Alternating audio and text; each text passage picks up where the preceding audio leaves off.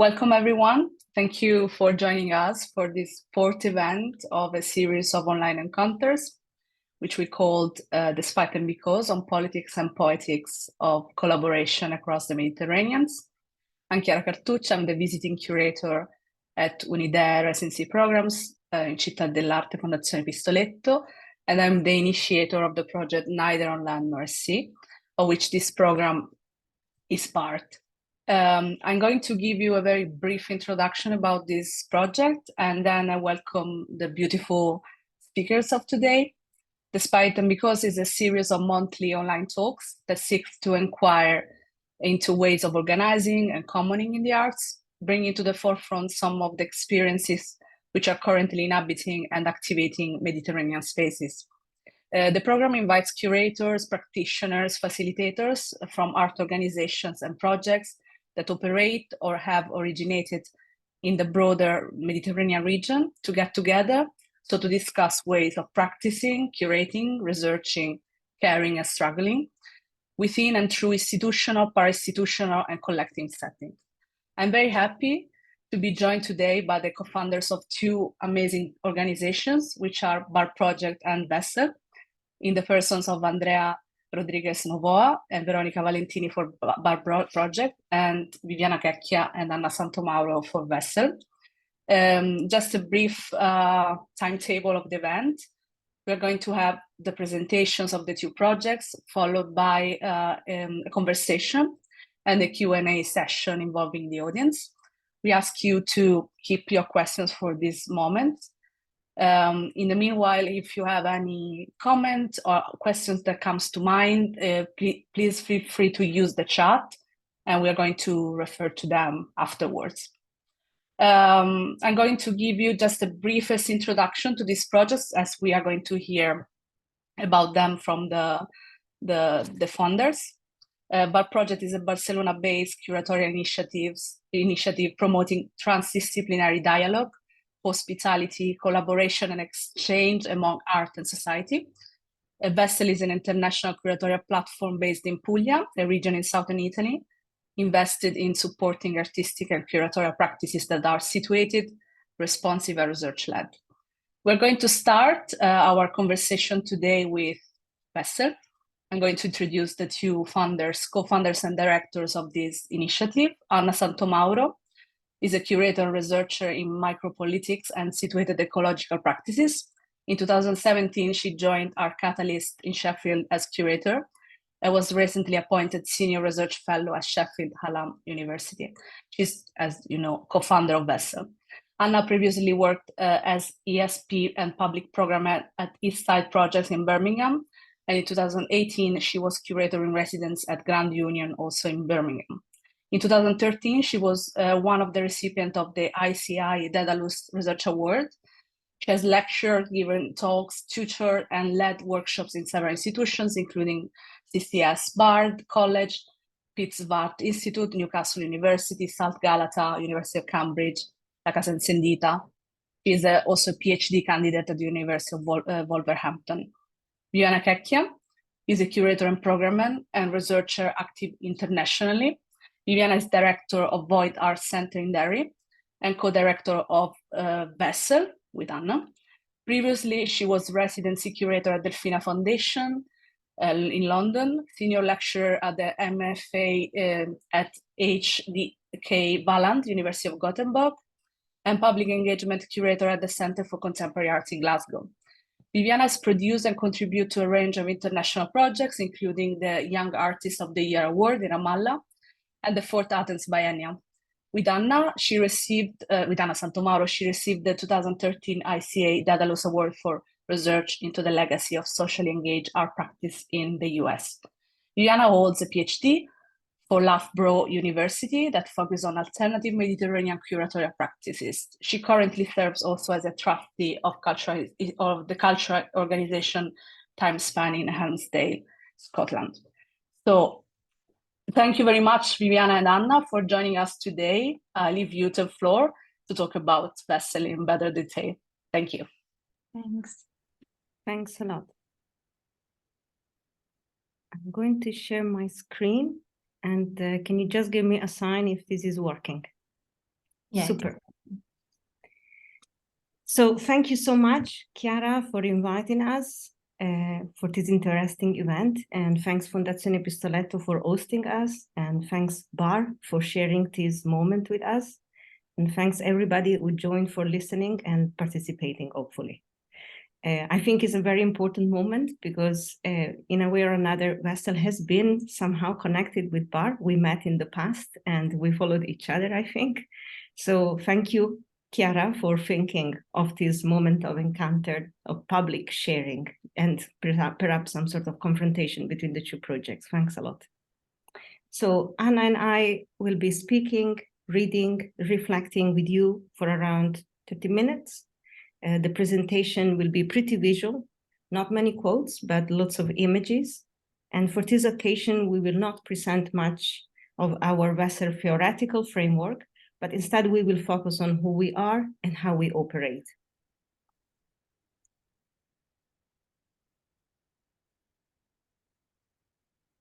Oh, sorry, I'm having a problem with, need to stop sharing. Give me 1 minute.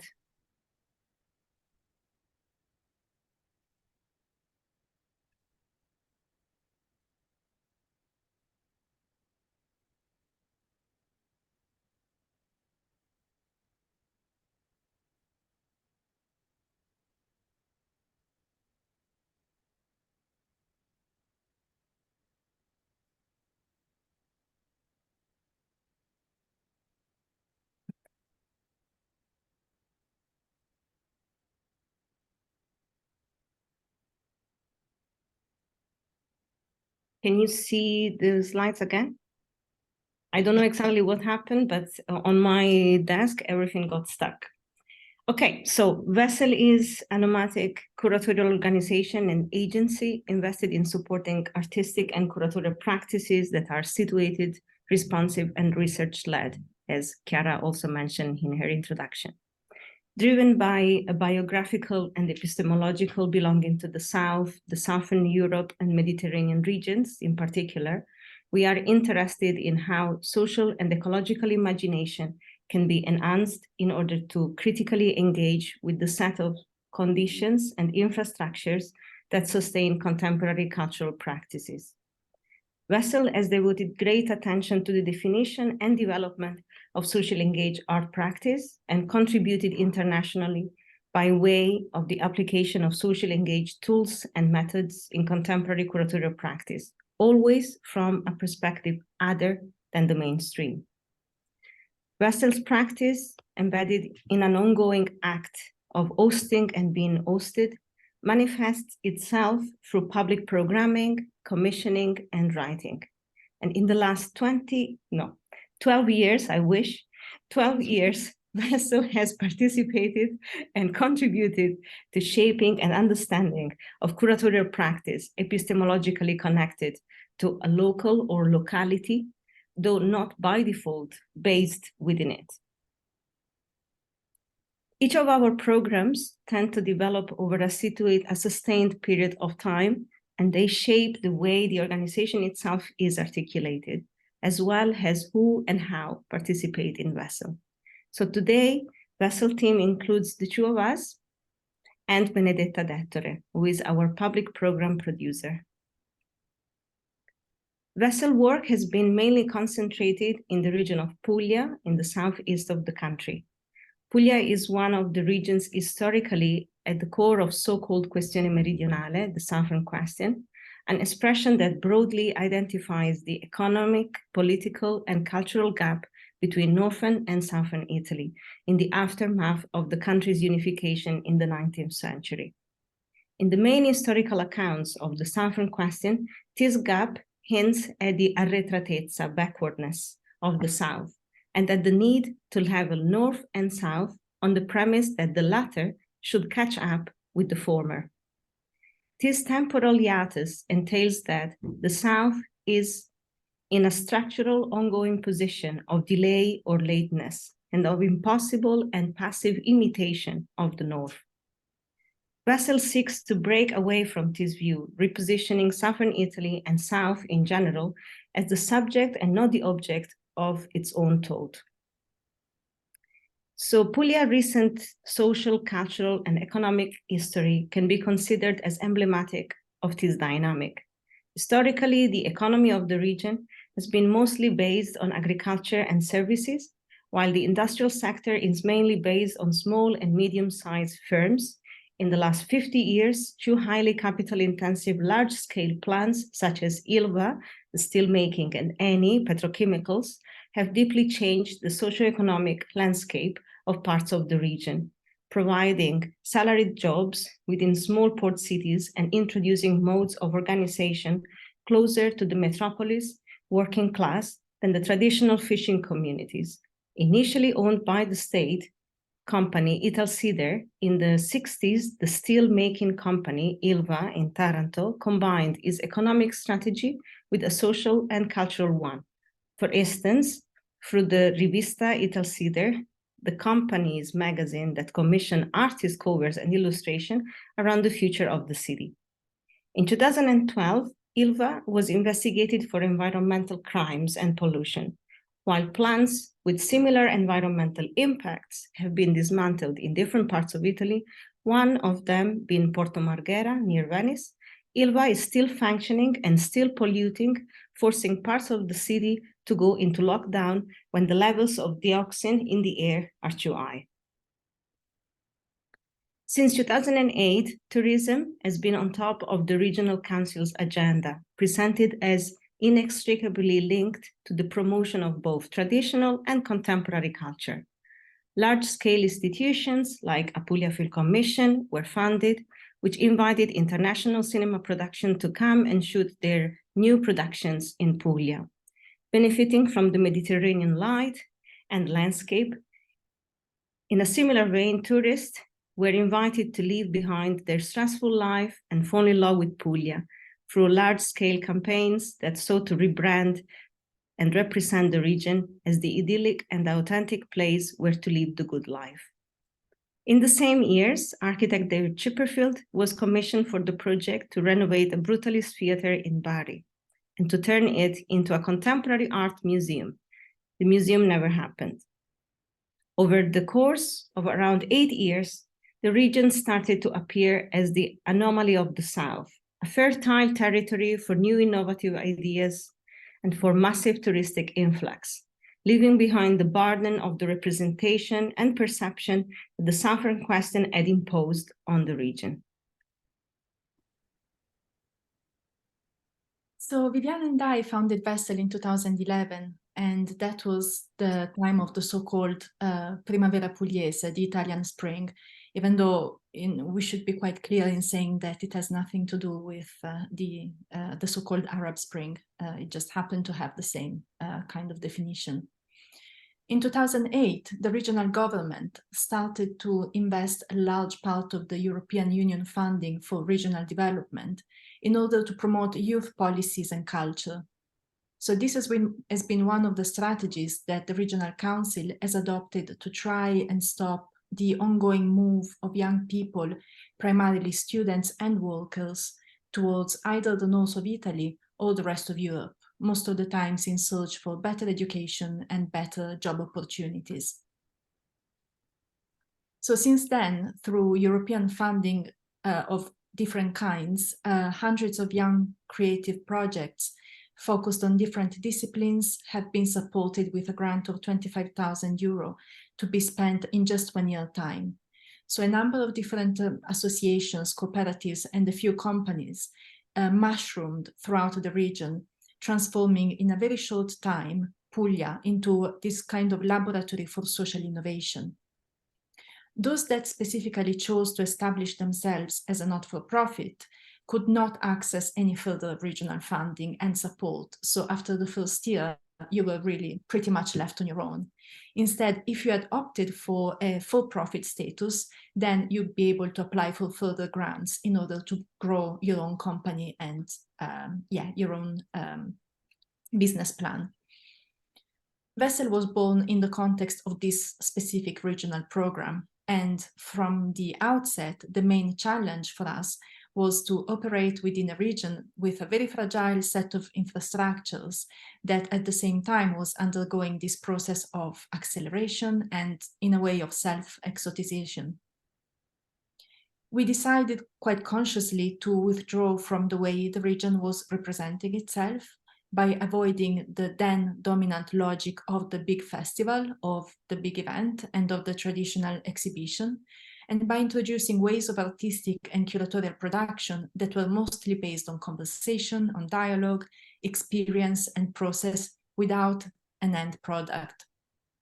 So rather than focusing on a tangible outcome, since its inception, Vessel has been performing a process of dynamic discussion that could be considered a space of resistance from the cultural and touristic commodification that the region was undergoing at the time and is still undergoing now. So we moved away from the format of the exhibition partially to escape the choice to either display international artists whose practices we both were following, most of the times very brave, cutting-edge political works that we might encounter in biennials or big exhibitions abroad, on the one hand, or on the other hand, to present the work of artists from the region to give them national and international visibility. Instead, we opted for a third way, for the creation of a porous infrastructure, an organization that could be open, flexible, and even prone to failure at times, and that could facilitate the encounter of international artistic and curatorial practices with local cultural and art workers, self-organized collectives, and practitioners from different fields. The specificity of the region provided a fertile terrain for these encounters and the context for different types of artistic and curatorial research to happen. This mode of instituted provided us with a space of curatorial autonomy, both from the global art system expecting peripheries to mirror what was happening in the main capitals, and from the regional government agenda that instead was looking for responses to a sudden desire for contemporaneity.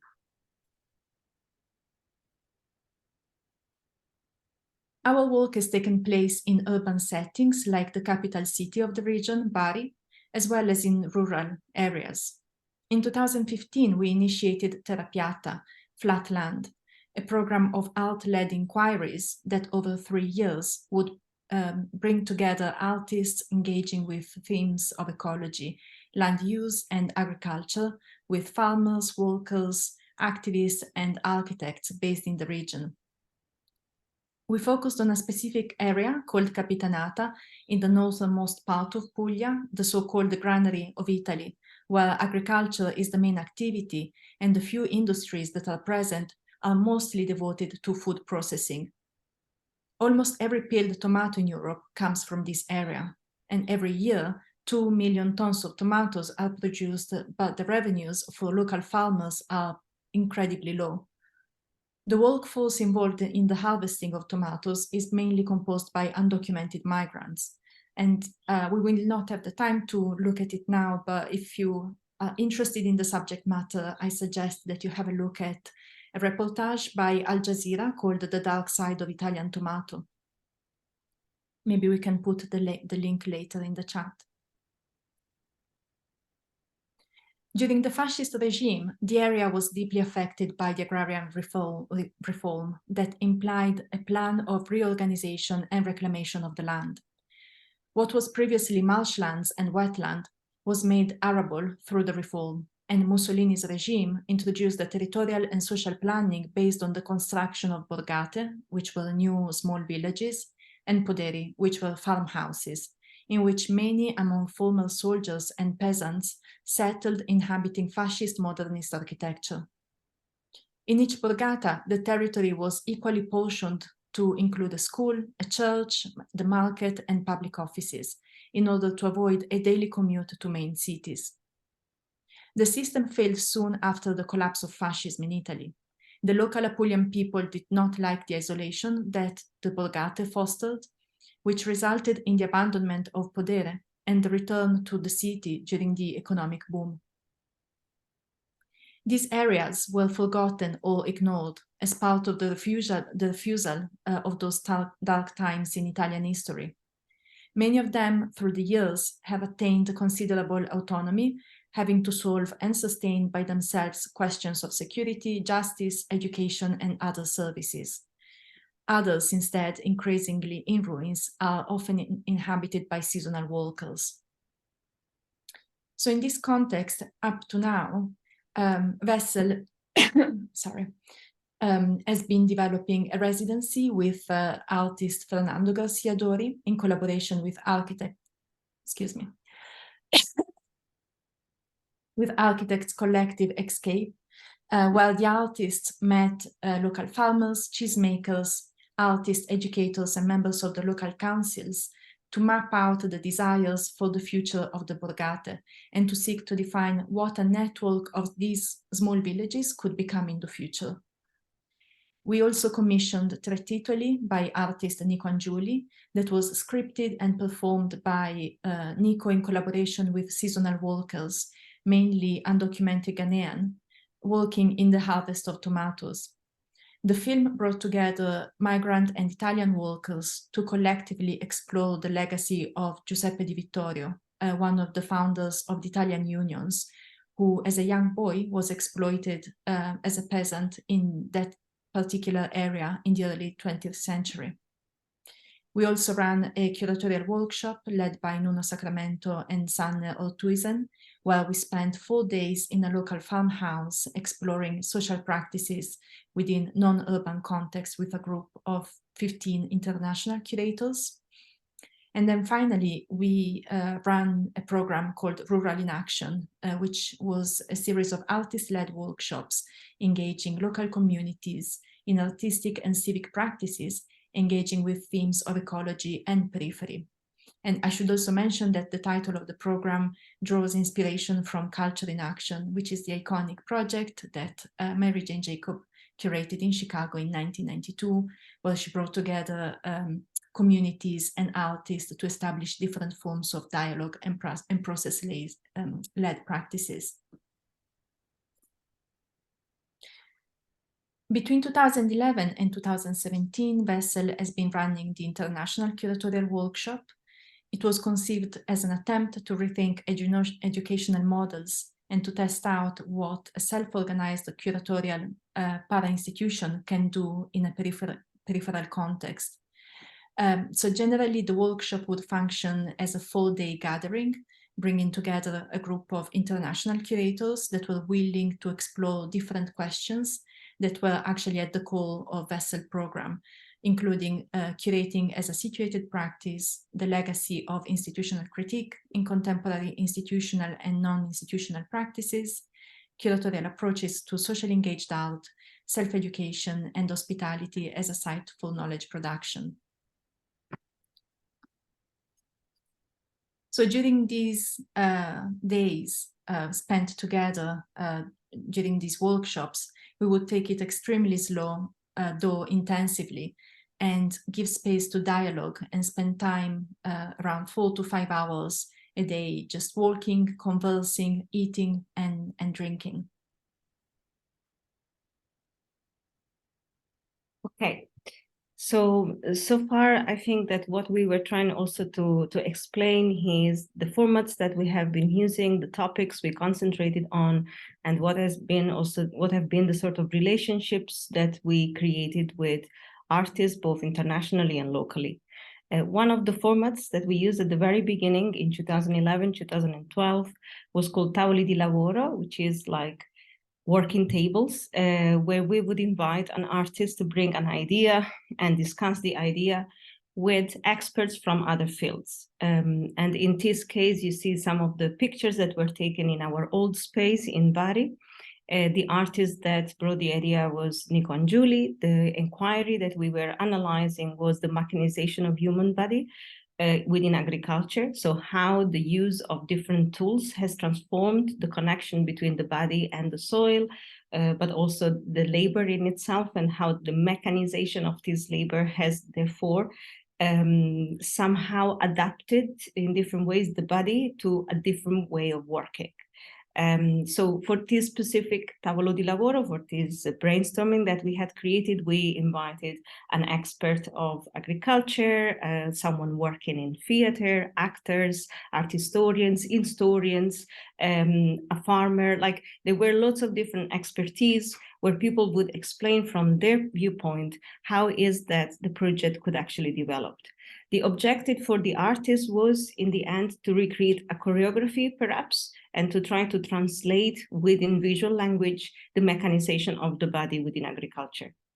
And the idea for us was also to recreate different stops, different dots within the inquiry. So to perhaps initiate this as a dialogical moment where the artist would discuss this idea, learn how to learn it himself through other disciplines, but also how to present the work in his own language. And then perhaps take this moment to another station, another dot, which could be a residency or a different commission. So what I'm going to show now is a short video that Nico then produced within a residency in Spain, and that was somehow elaborated from this tavolo di lavoro.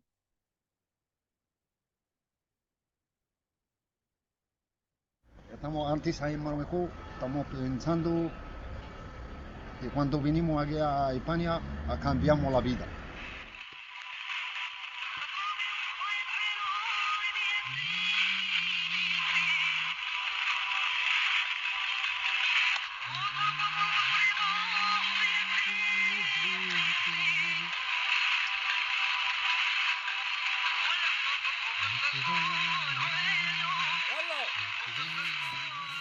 سيروا ودخل شويه عز الدين، دخل شويه، وعز الدين وحمد يدخل شويه هكاك، معليش سير شويه، زيد وزيد راك تعطل، عود زيد كيف عز الدين على زيه وحده، على زيه الدور هكا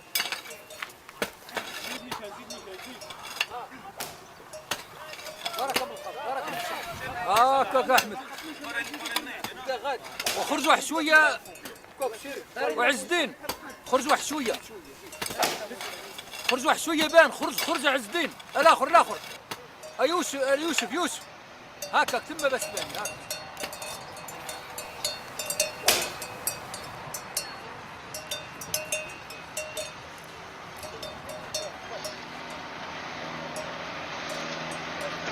وخرج شويه هكا.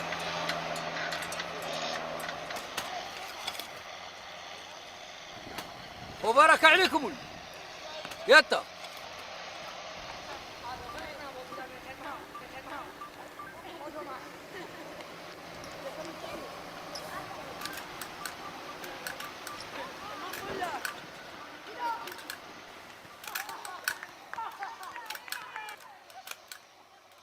So as you can see in the video, like, these are different stages. So the video is divided in 3 different moments in time, where for the same activity, you would have different tools. And therefore the evolution of this mechanization and how it somehow changed over time. The interesting point in common also between the research that was undertaken in Puglia and the final realization of the video in Spain was that part of the people that would right now perform this sort of labor are not coming from Spain or from Italy, but is a nomadic or new migrant community that is inhabiting our rural space. And so it's also like there is an extra layer in this translation and in this new mechanization of the labor, which is who is really performing this labor and what is the condition of these bodies that are now working in this specific sector. I would not show all the video. It was just a sample for you to get a taste of it.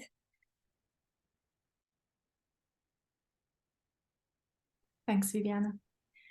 So the Mediterranean as a site of contamination, hybridation, and friction is a matter of great interest for Vessel, which we have developed particularly through the projects Radio Materiality and the Institute for the Imagination of the Mediterranean. Both projects invited artists and curators to consider being situated in the Mediterranean region as a starting point to develop a series of art-led inquiries.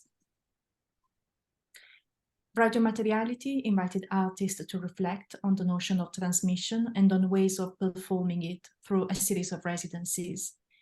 Each artistic intervention was the result of a deep dialogue between us, the curators, the artists themselves, and local associations, activists, and practitioners.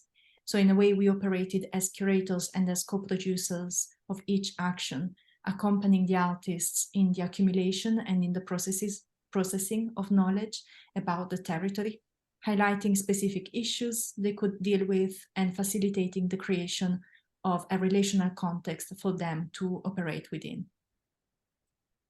Just a few of the examples within radio Materiality is the project led by Bisan Abouishe, who investigated the state of confinement around the life of a segment of political refugees in the region, and focused on the role that art and creativity play in situations of segregation and imprisonment. The interest is informing most of his artistic research, and it is related to the experience of his father being in an Israeli prison during the 80s. On that occasion, the artist's father illegally built a radio device in order to let news and information enter the prison. So it was a way for the inmates not to lose connection with what was happening outside. The artist worked with migrants whose refugee status was in the process of being approved.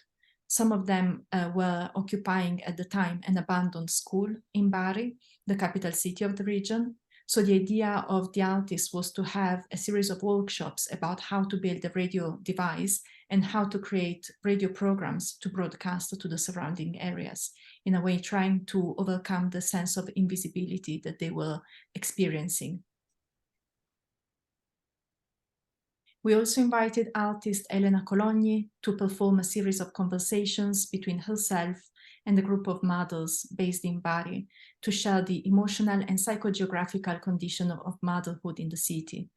These meetings instigated conversations on the concept of trust and on the social and urban dimension that being mother implies, especially in a city like Bari, where there's a lack of support and infrastructure for families, and where very often women find themselves performing duties of care that normally should be associated with social welfare. I think maybe we might want to skip the next one because I'm conscious that we don't have plenty of time left. But I just wanted to briefly talk about the Institute for the Imagination of the Mediterranean that we initiated in 2018, that looked at artist modes of organization in the Mediterranean region. We invited artists whose practice adopts cooperative methodologies and whose research manifests itself through social and political processes. And those practices were brought in dialogue with regional groups and constituencies whose multiple forms of engagement operate locally and translocally. An example is the work we've been developing with Luigi Coppola. Luigi has an ongoing project of his own called Evolutionary Populations, which is a commoning practice inspired by the geneticist Salvatore Ceccarelli. And basically the practice consists in sowing mixtures of different varieties of seeds, which come from different geographies, and leaving them to the earth to choose the varieties to grow depending on climatic and soil conditions. So throughout his research in Bari, Luigi held an ongoing dialogue with local organizations and experts who work on the care of the common goods and on making sustainable conditions for agriculture in the city. So the project took place between 2018 and 2019. And at the time, we also had a space in the form of a pavilion in an area of Bari called Fiera del Levante. And the space, basically, we had to leave it just after the pandemic. So vessel social practice reflects on what scholar Boaventura de Sousa Santo calls the epistemicide, that consists in the erosion of local cultures and epistemologies, including nature and the relation between human and non-human. In Puglia, the sudden shift from an early feudal use of the land to a capitalist one was accompanied through the indiscriminate use of pesticides, the imposition of monoculture, and the gradual loss of biodiversity. Our ongoing interest towards ecology, land, and agriculture, as well as the collaboration with Luigi, is not an attempt to recuperate pre-industrial values and practices, but is instead an attempt to resituate our work in between cultures and modes of practicing. So an extended version of what we discussed today has also been shared with a wider public as part of our collaboration with March, an art and strategy magazine consisting of active online platform founded by Sarita Hunt and James McAnally. So this is a good example of one of the ways of becoming even more nomadic after closing our pavilions.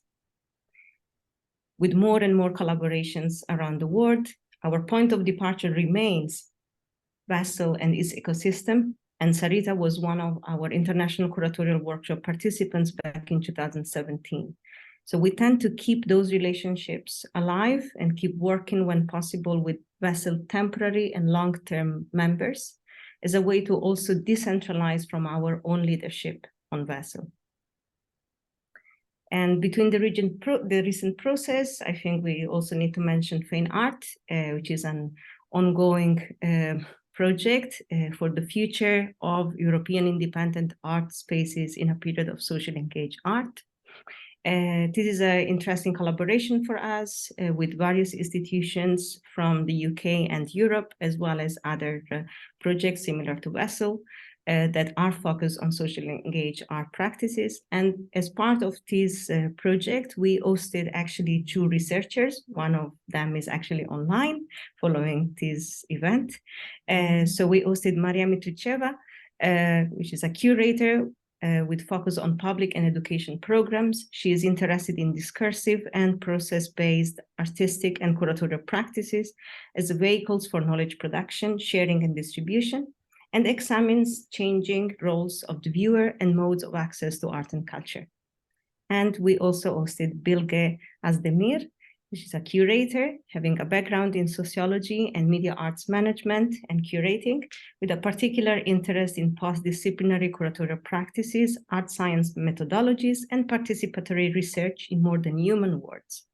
Her Fine Art research project focuses on the Icelandic art ecosystem alongside the regional support mechanisms and cultural policies in Nordic countries and beyond. So for their secondments with us, we conducted a mapping process last summer, researching on the recent cultural development in the region of Puglia. And after this, now Bilge also joined us for our board. So he's one of our board members. So again, another example of how we try to keep those conversations and relationships alive. And then just to wrap up with more with ongoing projects that we are involved in. We are part of a network called Soil Futures that was initiated in 2022 by Arts Catalyst. And the network at the moment includes 5 organizations: Arts Catalyst, Vessel, Rewak in Albireo in Palestine, Sakia in Enquire in Palestine, and Struggle for Sovereignty in Yogyakarta in Indonesia.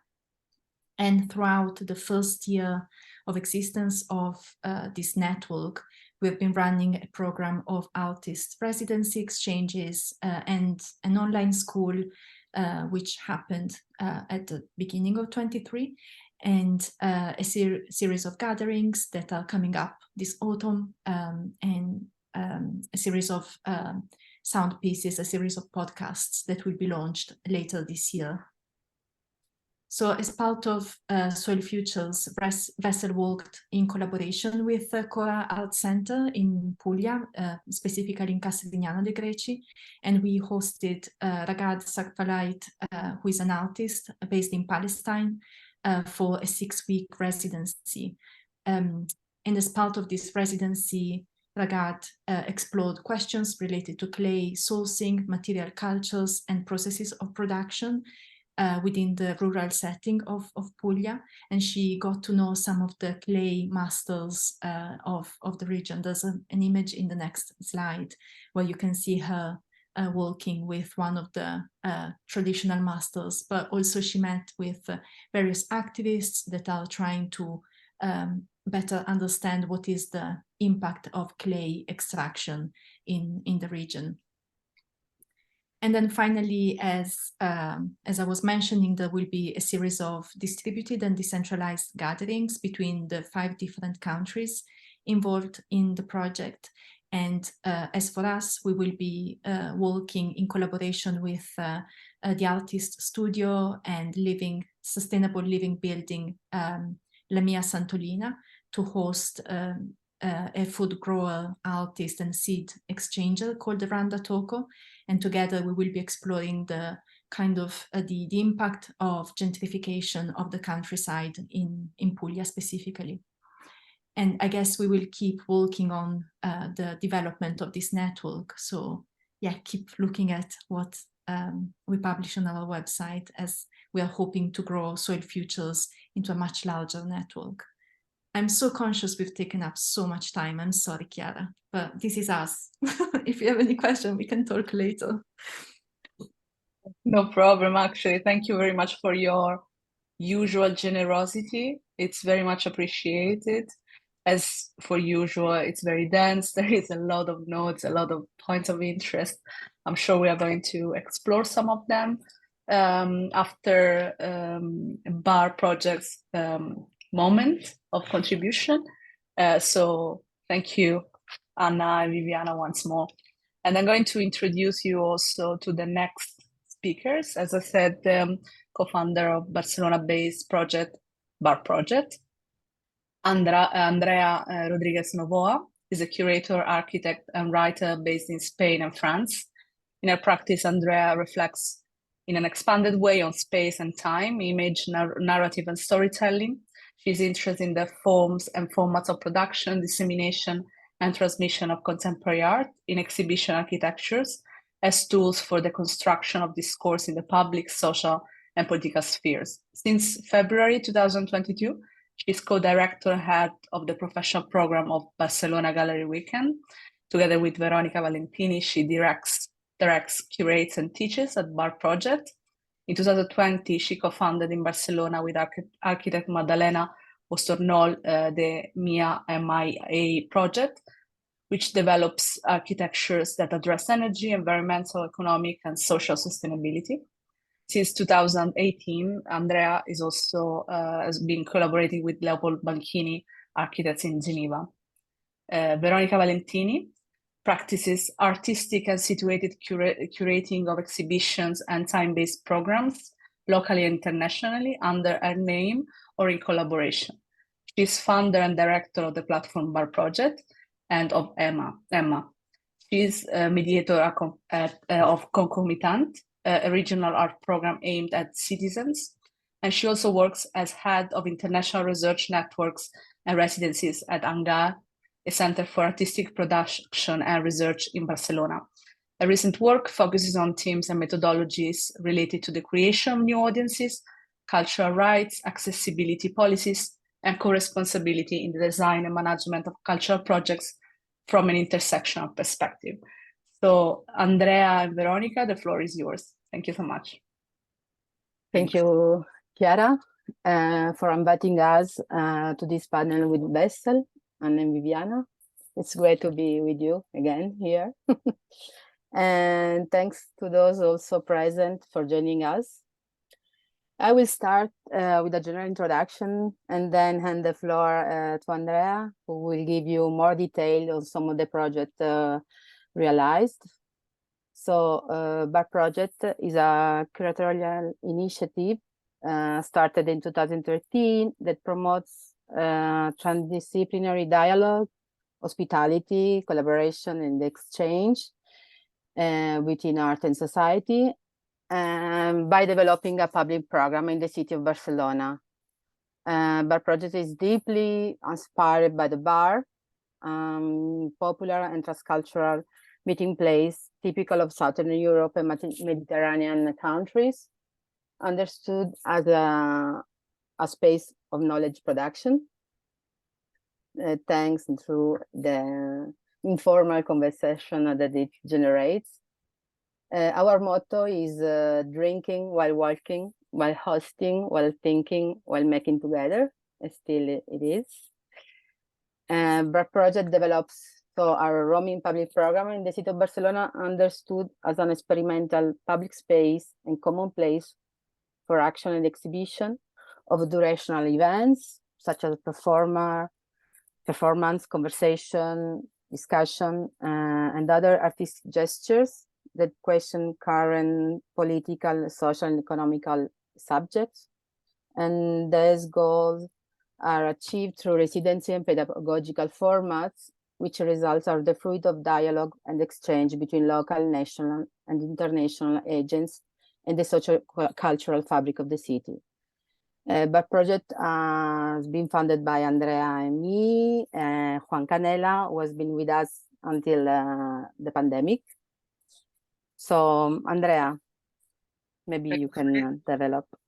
Okay, so in fact, we're going to be focusing mostly in not that much in the content of the projects we have developed, but the way we work and our kind of philosophy of being. So Veronica just introduced like the main core of that project. And I will go on saying that, as she said, we don't have, or she kind of introduced a little bit, we haven't had headquarters. So we don't have a space of our own. And this has been a decision from the very beginning, because we wanted the city to be our project space somehow. So we collaborate with other spaces, being them art spaces or not, depending on the projects we develop, for those residencies and pedagogical formats we work on. From 2013, so it's our 10th anniversary this year, we started this residency program for artists and curators with several formats. So we had residencies of 3 months to develop more an in-depth project, and also visits for curators, people programming, etc., to discover the context of Barcelona and to make links with the local context. So our main goal was to promote this exchange in between the local and the outside, for an in and out. I mean, promoting people coming and having a real dialogue with the actors of the city of Barcelona, and then also having our local people having this dialogue with the outside. In this midst of different activities developed with the residents, we kind of invent somehow a format that we call My Studio Visit. So we ask local artists to have a studio visit with our guests, but in a place that was not their studio, but a place of the city that kind of represents and embodied their work, and also presents the city of Barcelona as non-touristic, or like really confronted with this idea we have of the city, this branding of the city. So we visited social housing in a kind of an outskirt neighborhood, but also one of the boats that visits like the around Barcelona, like for tourists, normally a sex shop with one of the artists working in this kind of matters, like really different spaces that shows our guests how to be a resident in the political sense of the expression. So in a way, we kind of have this, we dance in the city, we tend to call it like we have this choreography in Barcelona, in which we invest spaces, whether we give them a program and they host us, or the other way around, but it's been working like that. So we parasite, in a good sense, the city of Barcelona, and that creates network locally, nationally, and also internationally. So it's one of really our main goals. Other than the residencies, and out of an interest on education and pedagogical formats we had from the very beginning, we had a first attempt to work on that in 2015 and we organized this intensive workshop that was called Creating the Space, a Space for Curating. So we had the tutors for the atelier, for the workshop, having a talk, and it was Sofia Hernandez Chompuy, Carlas Guerra, Latitudes, and Michi Marchuac as guests. So it was a 1 week, like 5 days, mostly intensive workshop, and it gives that envy of having more. So we started in 2016 this program. We have Bartul. I'm gonna perhaps show you the menu. In our menu, you see all that we do. So you have the residencies, the tool, in the sense of having a tool to use. And this program is a pedagogical program, which is not made for students because we call them participants because they have different backgrounds. It's not meant to be for artists or curators only, but the idea is to have the visual arts as like a common ground for developing a project, whether they come from theater, journalism, or different backgrounds. And so they work together or not. I mean, it's not a collective, it's a group of people that we bring together, and they work on a project that is presented at the end of the year, months. It has been evolved through time. So depending on the economy of the project, because we tend to work informally in a way, like we adapt to times or pandemics, for example. So it has moved to online or offline, depending on the year. We'll show you some examples later on. And just to give you an example, the last year we had a collaboration with, we have as a tutor Eric Beltran, the artist, who's working with Lumbum Press, that she was working with in Documela Se Comenta, and moved to Barcelona, to Enquire. So it was, the program was on editions, like developing and conceptualizing editions, so it was perfect to work with him. So the participants could reflect on that, but also be hands-on with printer and so on. I don't know, Vero, if I'm forgetting something, or we can go on with the images, pictures and pictures. Okay. So this is I go with you, yeah, and then we can switch, you and me. So this is it's just for showing you some examples of the way of working we have. This is one of our very first residents in 2013, Tobias Gaspar, artists, and just to show you like the peculiarity of the things we do, he decided to show what he was doing here in a garage. So we had to go to the, I mean, he did, and also we, to a garage, a car garage, to ask them to clean up a vitrine and have it as an exhibition space for just one afternoon. And we gathered people around this. So he wrote some poems. There was like these objects you can see in here, and then music, but it was like really ephemeral. But it was a first way of, it's like the opposite of site specific, I would say. Like, so every time we find the most accurate space we can find for the project that is being done. Yeah, I mean, I won't go in as I said, the content of the project, but perhaps I will give you more examples. So perhaps, Vero, if you wanna talk about Isa. I mean, it's another. Isa Carrillo is a Mexican artist. She did a show in a shop, and yes, we gathered there. Yeah, in fact, she was working on a metaphysical kind of a sphere, so she produced some object based on an oraculum and etc., and then we presented it in a commercial space. It's like a bijou, how do you call it, like a jewelry shop. This is one of our last residents. So perhaps Veronica, because I'm taking all the stage, so go for it. Alan Sierra is also a Mexican artist, now based in Switzerland, where he's studying. And this has been the first collaboration with La Capella. Is a local institution dedicated to emergent Catalan artist. And then with the new direction, I decided to open up also space for other projects in the city. So we've been hosted by them and give the plateau to Alan to do a show in La Capella. Yeah, this is what I was explaining before. As you said, as you've seen, we can like whether work in a UNIDEE shop or in an institution. It really depends on the moment, the project, etc. So this has been a collaboration running for 2 years now with Capella, and we are super happy about that. But it really depends on the project. This is another example, and Denise is a curator from Cyprus.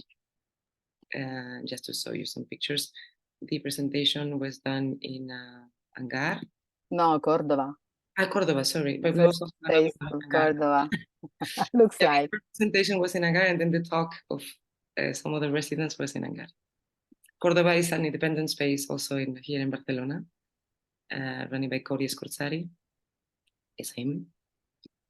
And yeah, so you see like the ambience can be like more or less informal, independent or not. It really changes. Chiara Cartuccia. Yeah, in fact, yeah, Chiara can also explain her experience here. Erika Flores is a curator from Colombia, from Cali, and she was also here. These are some pictures of a presentation she did in a bar, in fact. So she was explaining, to put it simple, like talking about cumbia, but for it being a way of pedagogy somehow. I don't know how to put it, like explaining. And so we had this conference in this bar, and then later on she had she DJ'd with Eric Beltran again, electronic cumbia in the same bar. Yeah. Until very late. To continue, yeah, this is, for example, one of the, I was talking about Bartul and the final presentations we have. This is one of the, I think, very first exhibitions we did, because usually we have like the practices of people we invite in residency. Also, we didn't say that the residency is by invitation, and there's no one open call. They're mainly discursive kind of practices. They're not really objectual, so there's usually no exhibition. But this is the final project of a group of participants of the Bartul project called Phenomena of Absence. And it was an exhibition, a really kind of, the idea of having an exhibition in Fabra i Coats, which is the art center here in Barcelona. So for that season, we have a final exhibition. This is some of them, and they had a guided visit. I think there's even, no, there's not a group picture. And the following pictures are the final project of another season of Bartul, and it was more a public program and not an exhibition. And it took place in La Virreina, sorry, which is another art center, but more focused on image and moving image in Barcelona.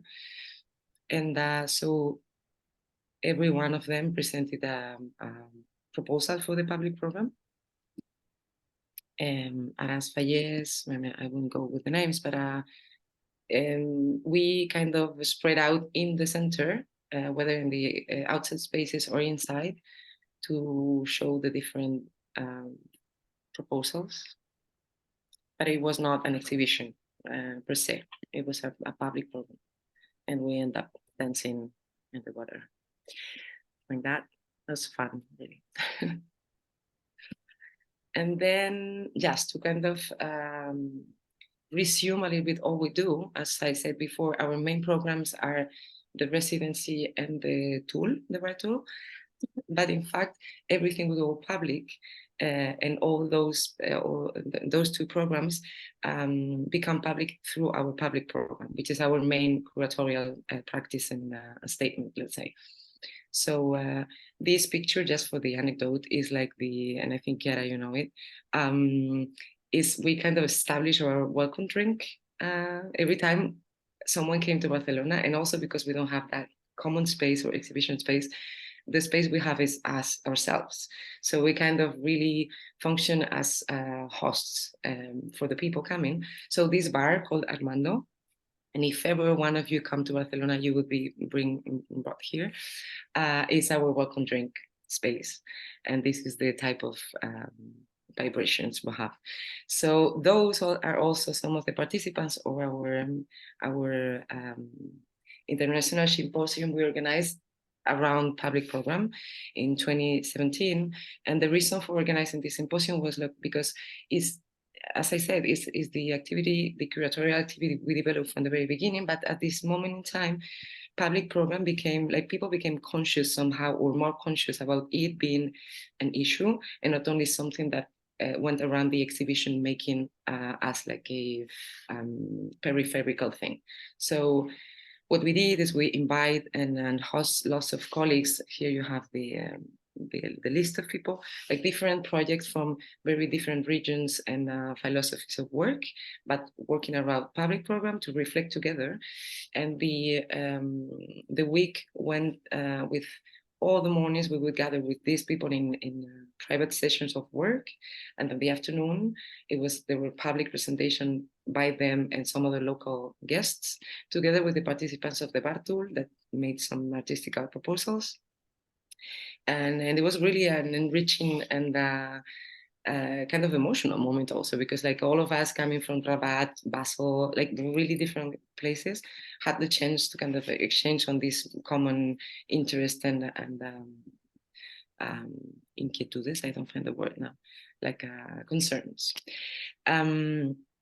So I think that would be it. I don't know, Veronica. Yeah, perhaps the only thing is that in this or like inside in and out thing we have with our residents, we also have been ourselves residents through Bar Project, like in, I don't know, Soma, Mexico, Via Farini in Milano, Wangyu Biennale, whether residents or guests. And it's something that also we try to promote, being vectors of this philosophy we develop, and trying to exchange with peers in our own experience, not only through our residents.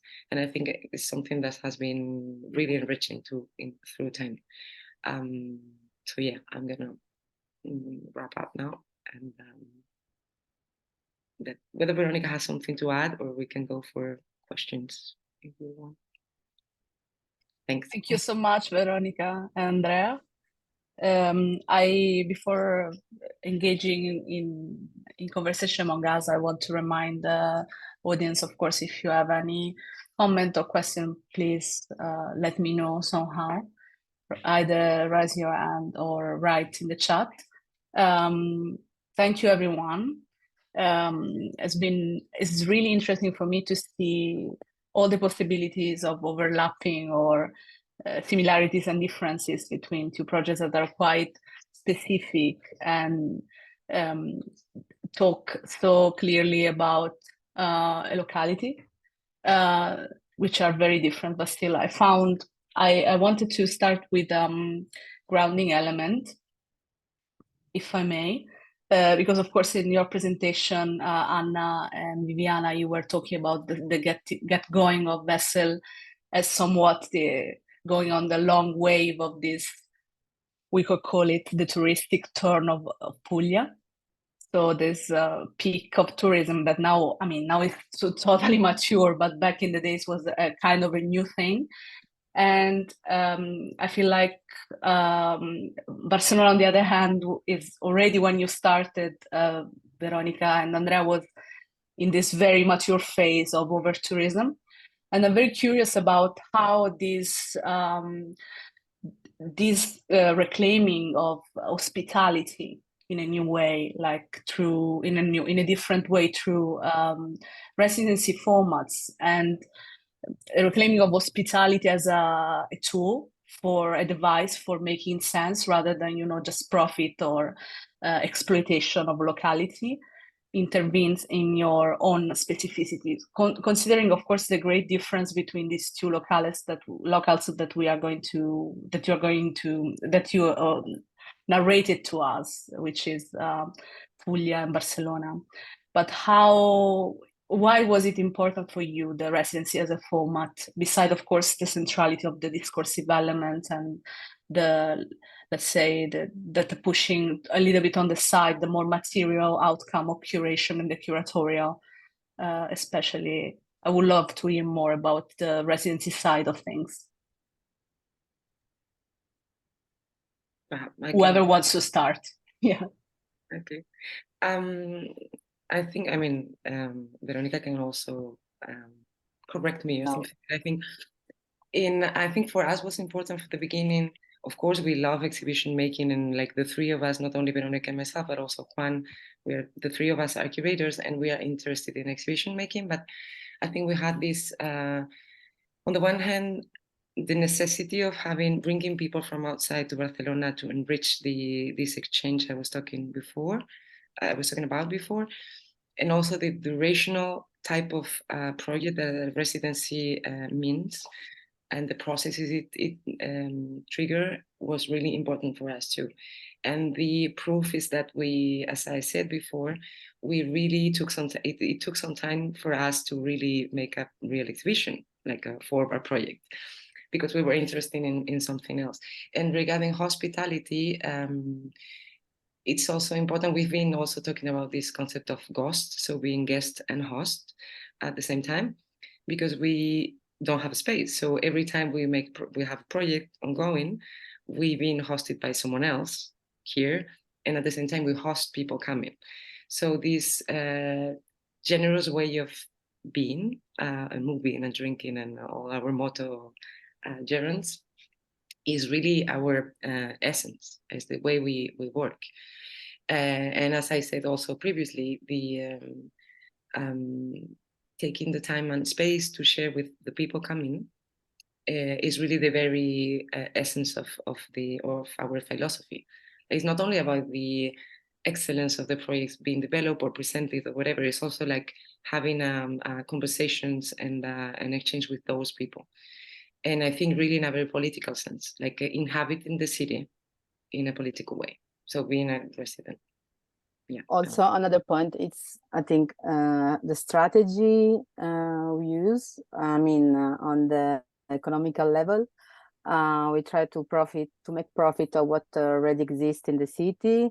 So as we used to say, we do puzzle, combining what exists, for example, production center, so studio spaces that are like not really well used, or other spaces that maybe we can add some other perspective on arts.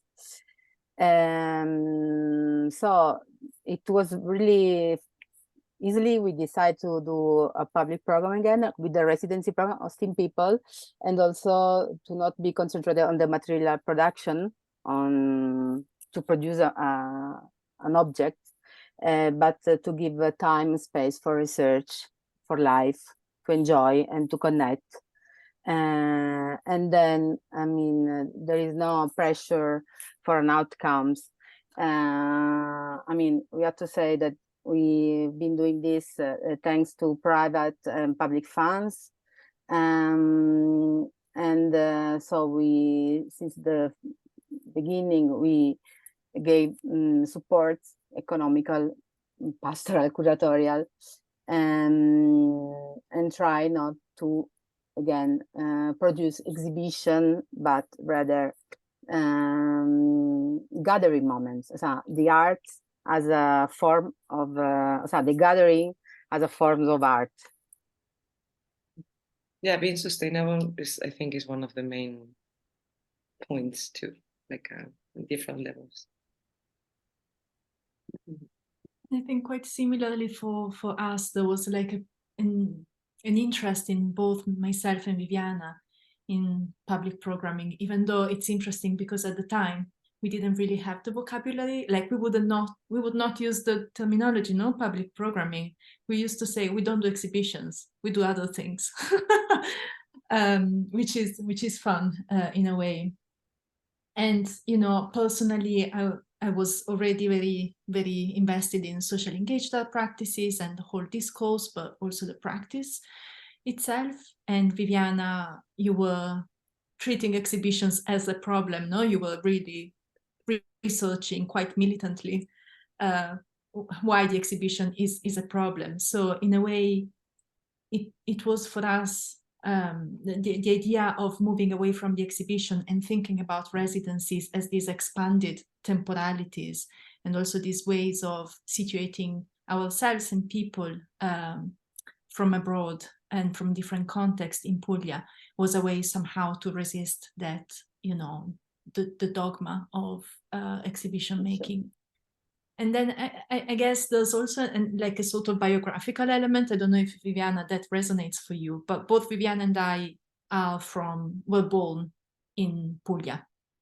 So we were both very invested, but neither of us was living there when we founded Vessel, and neither of us lives there now.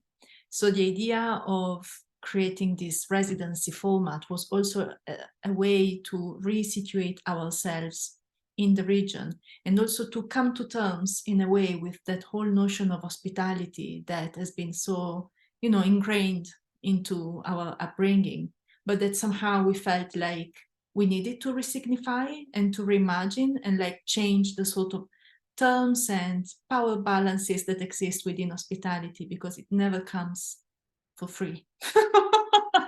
No, so it's interesting. I think for us it's been really like a journey into reimagining how we situate ourselves and how we exist in relation to that place, and how we bring other people along the journey. But yeah, I don't know, Viviana, if you, I don't know how you're thinking about it. Yeah, I would echo all you have said, and I would just add that obviously when we talk about the connection with tourism and hospitality and two different locations like Barcelona or the region of Puglia. So in 2011, most people around the world, whenever I would introduce myself, they wouldn't even know where Puglia was actually located, while now is, I think, I don't know, trendier than Ibiza. They would know exactly where we are, what we eat. Like, people have really strange reaction about the region as well. So things have changed, but we were not really trying to respond to the touristic transformation. We had a participation of a curator that came by, which was Gaia Tedone, that had an interest on that and on the branding of the region. But for us, I think the most important thing was to stimulate local artists to really use dialogical practices and figure out ways to present their work that wouldn't just be via the medium of the exhibition and in the space of the white cube. And also to re-engage with the epistemology of the region through the eyes of people that perhaps would bring in like a fresh reading of some of the issues and the phenomenon that we were looking at. And it was not easy, because at that time it was not a common practice. I think it's important also to consider the circumstances of it. In the south of Italy, the crits, even just the module of having the crits within the art school is not really a model that is in use. So the idea of how you present your work and how it's discussed within your peers was entirely new.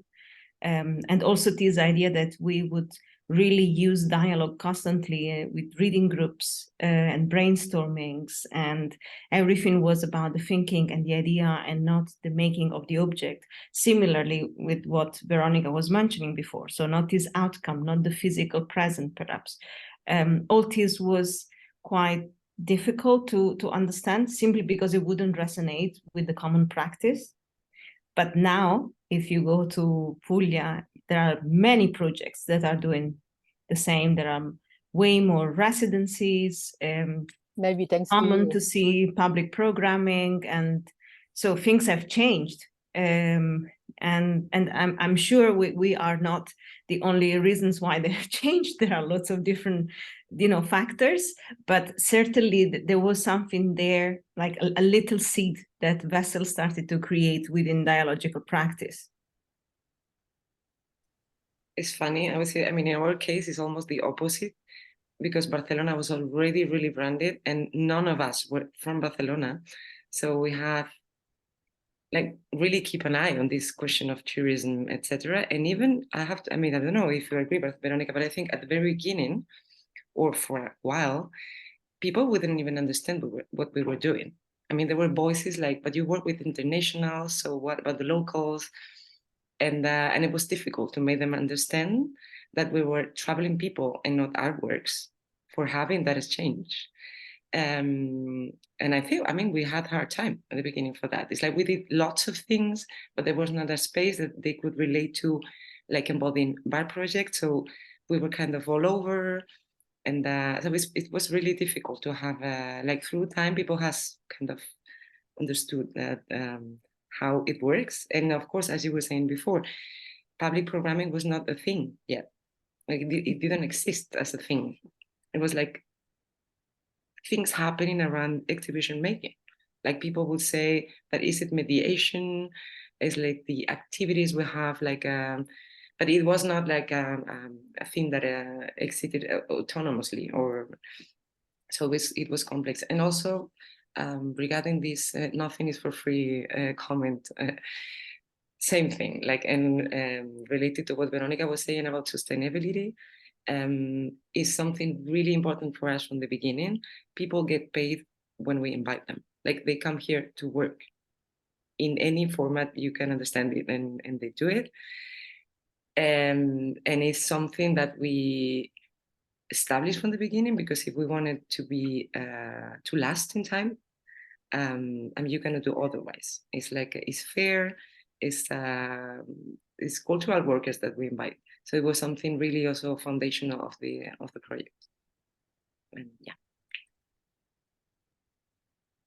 I think it's also very interesting to think about the fact that now we give for granted so much when you've done truly pioneering work in many different aspects. Even I'm thinking about this idea of the educational/pedagogical that doesn't have the structure of the verticality of the student teacher, and the idea of thinking around curatorial and the spectrum of the curatorial in a way that is so broad and so really unreducible to any specific one thing.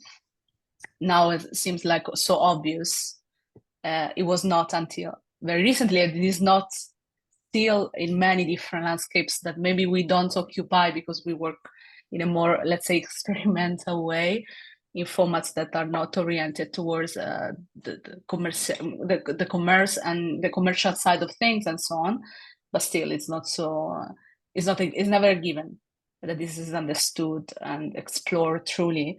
And also, I very much appreciate the discourse about. I can imagine how difficult it was at the beginning, especially when you got resources of any kind, fundings, and these resources to be allocated not on the material, but on the construction of relationships, as you were saying, both of you. Like this idea that this is the outcome, this is the aim, is not, an aftertaste of some. Yeah. The human architecture that builds our projects. Yeah, this idea that this is resources as well. This is production of actual capital must have been very difficult at the beginning, I imagine. It was not easy for us, and I would say that we had quite a few obstacles. First of all, perhaps we don't have the same financial infrastructure than BAR. We were supported one-off by the region, and then we could get restricted funding like here and there for projects, but we couldn't really recreate an infrastructure that would have a consistent funding, which meant that we really need to rely on different constant collaborations with other projects or local operators. Otherwise, the project would have perished. And it was impossible to even pay ourselves. So most of the time, the work was volunteer and based on a volunteer infrastructure that included lots of different curators and other practitioners. whenever we would get funding for project, everybody involved would have a fee. But it was, you know, somehow so radical that it was difficult to understand why would you even need a budget? Like you're not going to make an exhibition, you are not building something, so why? So it was really strange to even really put forward these ideas and get support, and also within the audiences, people that started to follow us. There was some strange understanding of what we were doing. Most of them were thinking that we were just looking after some sort of political and social project, that this was not art. And also like some suspiciousness about the fact that foreign people would come, and also consider that we made it even more difficult because majority of encounters were in English. Again, now it's a different moment in time, and you would find very fluent speakers around Puglia, but in 2011, it was a little bit difficult for some of them to have an interaction. So this, of course, created not only physical, monetary obstacles, but also psychological obstacles for ourselves, trying to rediscuss why are we doing it? Are we torturing the artist by doing this? Is this actually meaningful? Is there any way that we can make it better, easier, more accessible for the people that are involved? And also, Chiara, we had big ambitions of sharing knowledge and commoning with other organizations. We wanted to redistribute academic knowledge that had been already produced in Puglia, and is also in that case, we were not welcomed with joy most of the time with these ideas. So we attempt lots of different things that perhaps now would be way easier to even communicate to the local stakeholders. But, you know, 12 years ago, it was maybe a little bit too early, and not, you know, not very popular also as a thing to do. And on top of that, and this was one of my obsession and what I also studied in the PhD, there was an influence that was made also by the European money that we were receiving. They were somehow dictating the attitude and what people were producing and working on. And I think, I mean, I'm very lucky that I met Anna and we embraced in this struggle, because we were constantly going against the current. Like, you want us to have a biennial and we are going to do the dialogical practice and small project, slow project with very few participants that perhaps are non-spectacular and not very, you know, super eloquent, but really embedded within the issue and connected with a few protagonists that would benefit of it. Same time here. I mean, funding the project was like, I would say, organic, to put it like, to be optimistic. But like for the beginning, we have had public funding and some private, but mostly public. But it was, at the beginning was the first year. First year was complex. Then like a private appeared. Veronica found this foundation. We talked with them, and it was like heaven all of a sudden. And then afterwards, once we start running with that, a friend of ours lent us an apartment for free for the residents. And then public money said, "Oh, these guys are doing something. Perhaps we can help them," and they joined. But I even remember first year, I don't know if you remember, when you ask for funding and then you have to explain what did you spend the money on. And so we had to furnish the apartment for the residents, which was not luxurious, so, but still. And so it was such non-common format, not only public programming, but even residencies, that the funding didn't accept that we spend money on a bed. I mean, they would ask us to kind of gave them money back, because it was not like allowed to spend money on that issue. So things like that. And it was like completely, every time we would have to explain again and again and again what we were doing and why people from outside, like, as you were saying, like, why internationals, what was the point if we have to work locally. And even we had artists refusing studio visit with invited curators because they didn't speak English.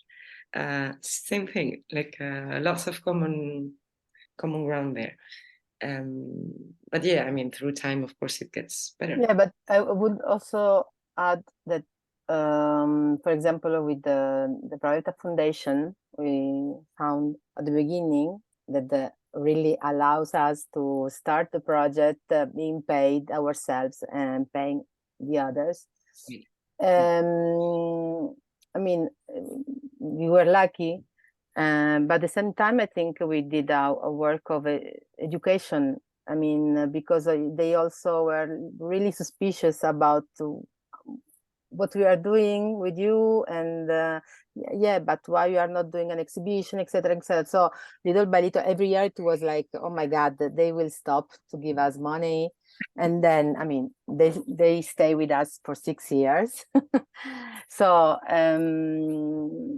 yes, I mean, it's also a work at some point. I mean, I have to also. say, yeah, it was really nice to work with them because it was an on and off. I mean, we had to explain them and being really didactical about what we were doing, why you have to support us and all that stuff. And then on the other hand, they would ask us to have contracts for residents come in, these kind of things, which was a way of being sure for them to be sure of what we were doing. And in a way, it was really good practice for us. And we were really new on all that. So I think somehow it was like a really fruitful alliance. Collaboration. Yeah. Yeah. We could speak forever. There is so many things that are really so relevant to the practice of all of us and ways of working, besides the topics and the conceptual level. I wanted just to say that if things seem a little bit more not easier, they're still very difficult, but still there is more understanding is because of this grounding work you've done. This tiring negotiation is not by chance that locality has changed. In these years, you've been active in your own landscapes and geographies. So it's a great credit to you, I feel. I think we are going to a closure. I wanted to ask you if you have maybe a question for each other. I mean, just something that is interesting, relevant for you, thinking one about the project of the other. Maybe it could be a way to close the evening. We know quite well each other. I don't know that question now. I know.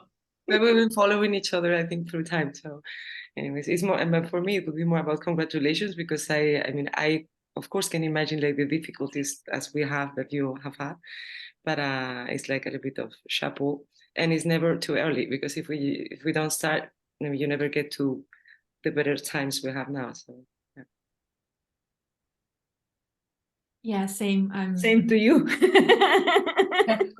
Yeah, Val has been personally a key reference, and every time there's the opportunity to do any teaching or do seminars with students around curating, Val is one of the key references that you provide because what you guys have been doing is really remarkable and it's been groundbreaking in so many different ways.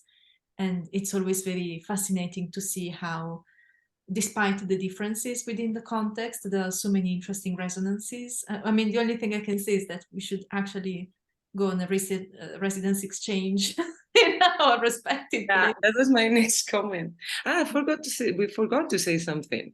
It's a little bit of a spoiler, but in this being guests that we have in the city, this November, because these last years, I think for every one of us, like the pandemics and the after has changed formats and stuff, we are going to start collaborating with BAU, which is a school, design school. So we're going to be private art and design school. Art and design and fashion for a while, and they open a master degree in arts.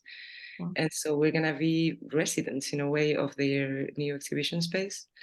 So you can find us there from November. Yeah, we will celebrate the 10 years anniversary. Yeah. And the new start. If you happen to be in Barcelona the 3rd week of November, you could join. And let's organize a big party. I think it would be amazing. Bar party again. That's it. Thank you so much. I'm really looking forward to see all that is unfolding on all of your sides as individuals, as part of these beautiful projects. I'm very grateful you found the time to be with us. And hopefully this is just the beginning. As for usual, I hope to see you all very soon. And thank you everyone for attending. We are going on with this little programming with a meeting, getting together every month.